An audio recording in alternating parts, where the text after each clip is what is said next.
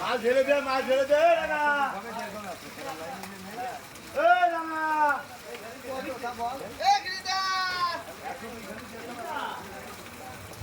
এই মাছ যাই না ভাই কত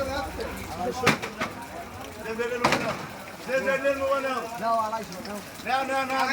নাও মিলন দা কলে তাই মিলনের কথা মতনই চলবে আজকে পাইকের যা হবে তাই হ্যাঁ না আড়াইশো আড়াইশো নিয়ে দুটো করে